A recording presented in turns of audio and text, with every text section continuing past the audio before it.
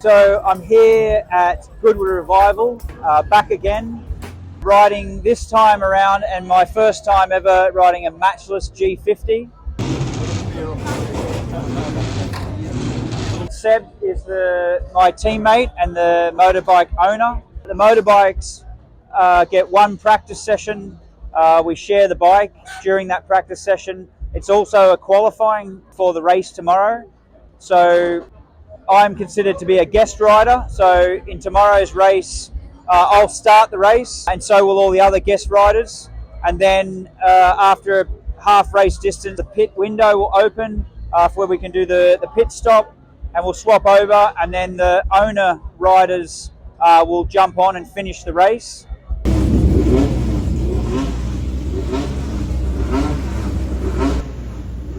We qualified in 4th place from today's practice session, so we'll start on the grid in 4th. It's a Le Mans style start, so the bike will be held by Seb in the morning, and I'll run across the track, jump on and start the race.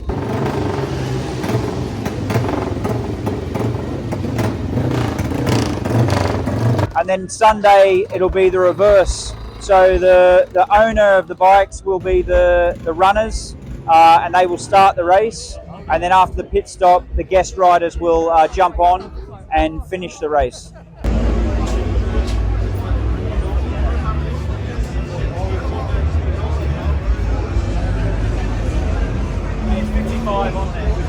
So on the other bike racing, the 350 is the long stroke, which is, you've got to have chain. Yeah.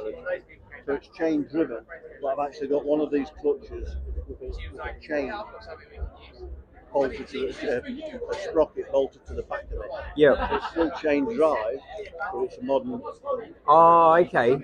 So you've stuck with the chain for aesthetic looks, but it's got the modern clutch that doesn't fatigue. Yeah, okay. And they're basically a speedway clutch. Yeah, yeah. All the speedway lads use it. Take a lot of handling. And like, do you know that like back in the period that this bike was being raced, is it like the pick of the bikes, or was it kind of like the underdog, or like what? How was it? Do you know how it was like viewed in racing? Was it like if you were on a Manx Norton, were you like the prize pony? Agreed, or what? What you know, like what? Not so much. No, I mean, there was a lot more Manxes than Matchless about. Yeah.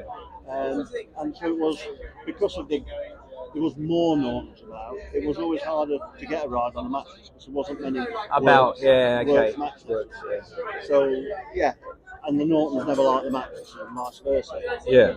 But they're a lot simpler engine to work on than the Norton. Yeah. Because in the Nortons you have a separate cam box at the top, which is a nightmare. You can't see one ever. They're a nightmare to set up on them. Yeah. Really are. So these are simpler to work on. But the Nortons had, other better things like they've got a brilliant front brake. They've got a 23 litre standard. Yeah.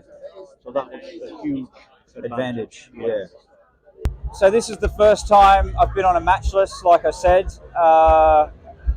It's not a huge amount different than other bikes. So I have ridden here before on a Manx Norton, a Vincent, a BMW, forgive me, I can't remember the code of that bike. So this is the first time on a Matchless. There isn't a huge difference in all the bikes. They all tend to vibrate and chatter and do things in a corner that isn't particularly pleasant, but things that stand out different, like the years when I've ridden the Vincent. It's a 1000cc bike, V-twin, so a lot faster in the straight. Not a terrible handling bike, but no brakes, almost no brakes. Where this and the Norton, the brakes aren't particularly bad. The handling of the Norton is probably its strongest point. Speed of the Matchless and the Manx Norton are very much in line, very similar. If you're in the slipstream, you can easily overtake. But if you're at the front and you've got a bunch of riders behind, you could easily lose 3 positions in one straight. That is a nice trick.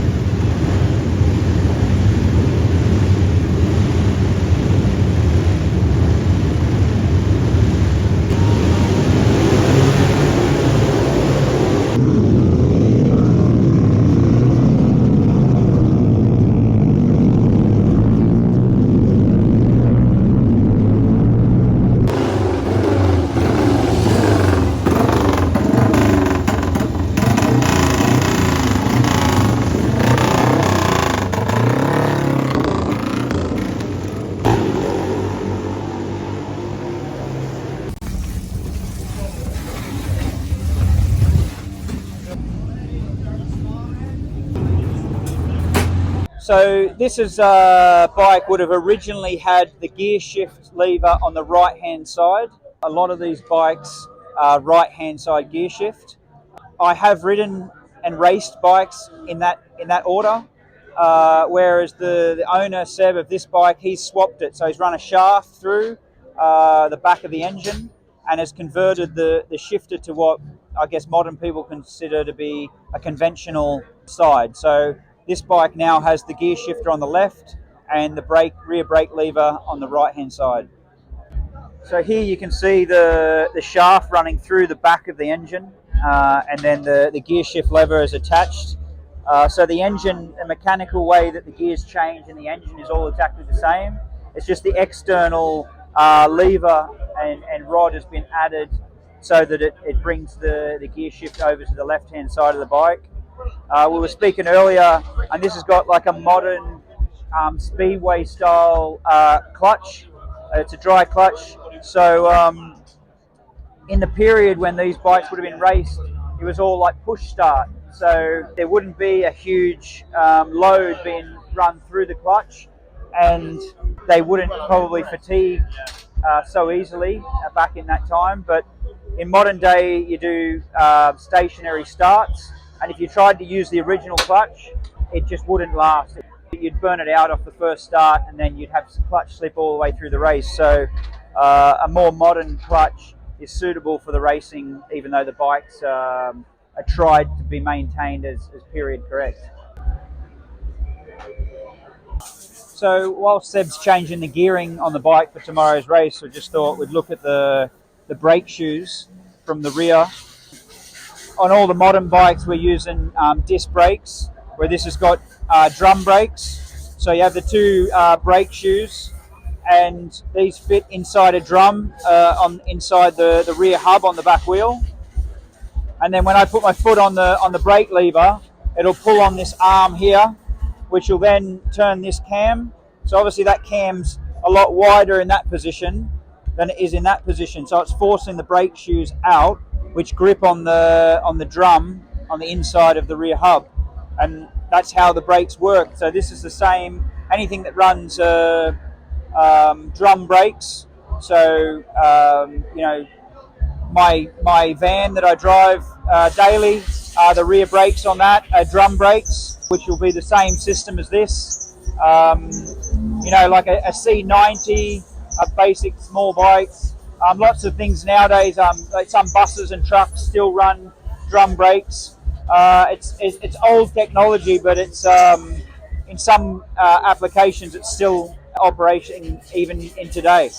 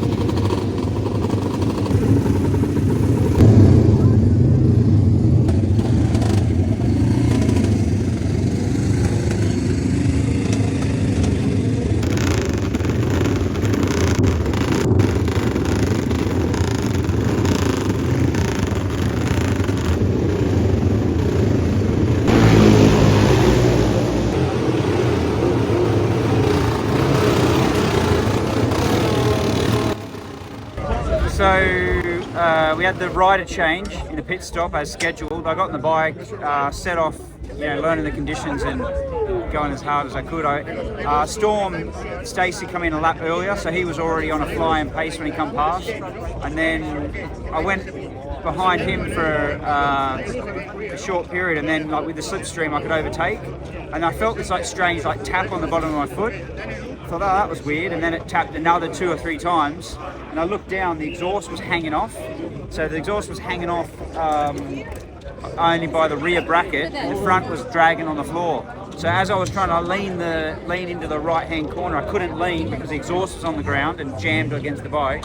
And I went onto the grass, and then it broke off on the grass, and I went back across the track, and it was a bit of chaos, but stayed on.